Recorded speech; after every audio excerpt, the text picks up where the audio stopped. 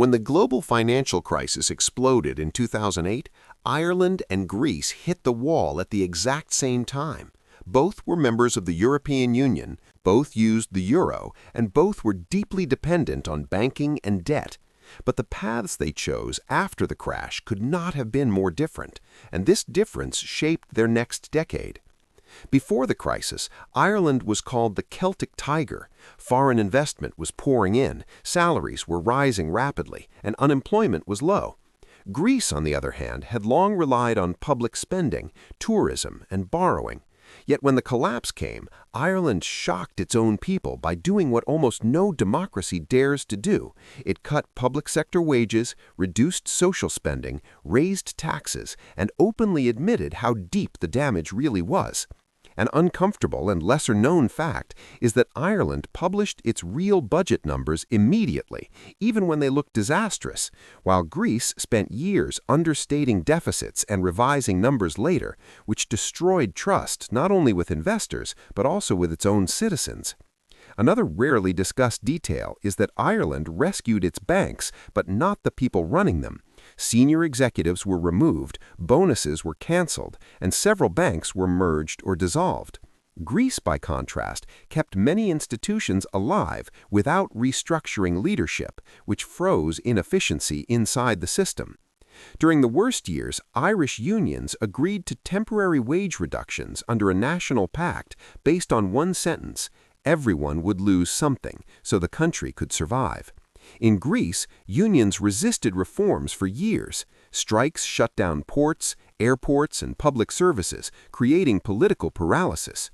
One almost absurd detail most people do not know is that during the crisis, Ireland deliberately avoided blaming foreign actors.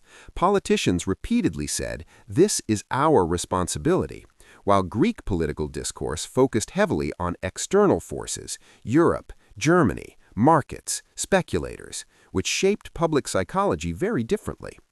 Ireland treated the bailout money as a punishment.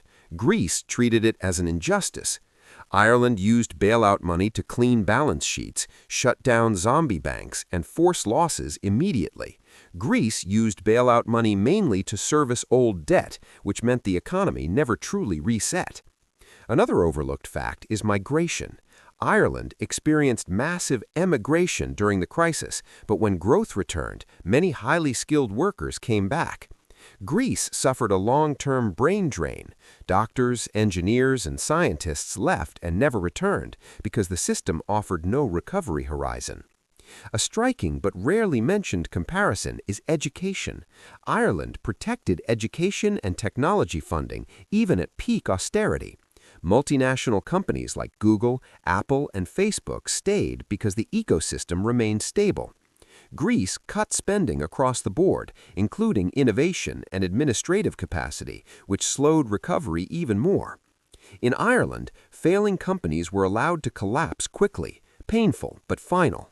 In Greece, businesses often survived artificially without growth, which locked capital in unproductive sectors. One strange detail shows the mindset difference clearly. Ireland changed bankruptcy laws to allow faster resets.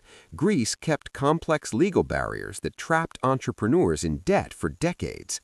Ireland recovered growth in roughly 4 years. Greece remained in recession for more than 10 years, with youth unemployment exceeding 50% at its peak. Both countries used the same currency, followed the same European rules, and faced the same crisis, yet one accepted short-term pain to restore trust, while the other delayed decisions to protect the present. And the core lesson is brutally simple. Crises do not destroy countries. Hesitation does. The real difference was never money, resources, or membership. It was the courage to act early and decisively when everything was at stake. If you want more stories like this, don't forget to like the video, subscribe to the channel, and follow for more. And if there are 2 countries you want to see compared next, write them in the comments. I will prepare the most requested ones in order.